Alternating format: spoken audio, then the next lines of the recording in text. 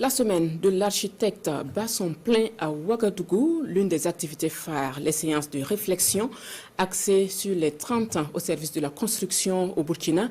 Les acteurs mettent l'accent sur les défis et les perspectives dans un contexte de crise sécuritaire et de changement climatique. Roger Kam et Estelle Judith Assokba. À cette deuxième journée des activités consacrées à la Semaine nationale des architectes, deux conférences. La première porte sur les 30 ans de l'Ordre des architectes au Burkina, acquis et perspectives entre crise sécuritaire et changement climatique. Pendant une trentaine de minutes, les panélistes décortiquent cette thématique. Ils reviennent sur la présentation de l'Ordre des architectes, sa structuration, son mode de gestion et son apport durant les 30 ans dans le domaine de la construction au Burkina Faso. En termes d'acquis, ils mettent en exergue leur contribution dans les projets structurants majeurs comme les projets ZACA, ZAD, Ouaga 2000 et les infrastructures réalisées dans le cadre des célébrations du 11 décembre. Les défis aujourd'hui, c'est de prendre en compte les changements climatiques.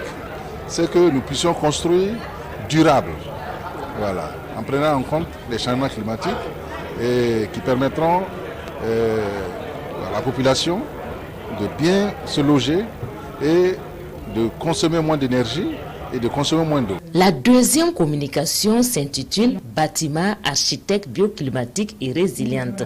Pour aborder ce sujet, la conférencière s'appuie sur une maison d'habitation bioclimatique contemporaine construite à Ouagadougou et dénommée la ZACA Médecin, une maison laboratoire. Nous avons eu recours à des matériaux géosourcés, donc le bloc de latérite taillé qui fonctionne un peu comme une glacière, un thermos, un plat thermos. Donc ça empêche la chaleur de rentrer dans le bâtiment, mais en même temps, la configuration des espaces permet à la chaleur produite à l'intérieur du bâtiment de s'évacuer naturellement sans forcément avoir recours à des technologies gourmandes en énergie. Cette maison, elle est climatisée avec de la climatisation adiabatique. La récupération des eaux également a été pensée pour pouvoir faire des économies. Des techniques qu'il faudrait promouvoir dans le contexte de la cherté des ressources et dans une dynamique tournée vers la protection et la sauvegarde de l'environnement selon les conférenciers.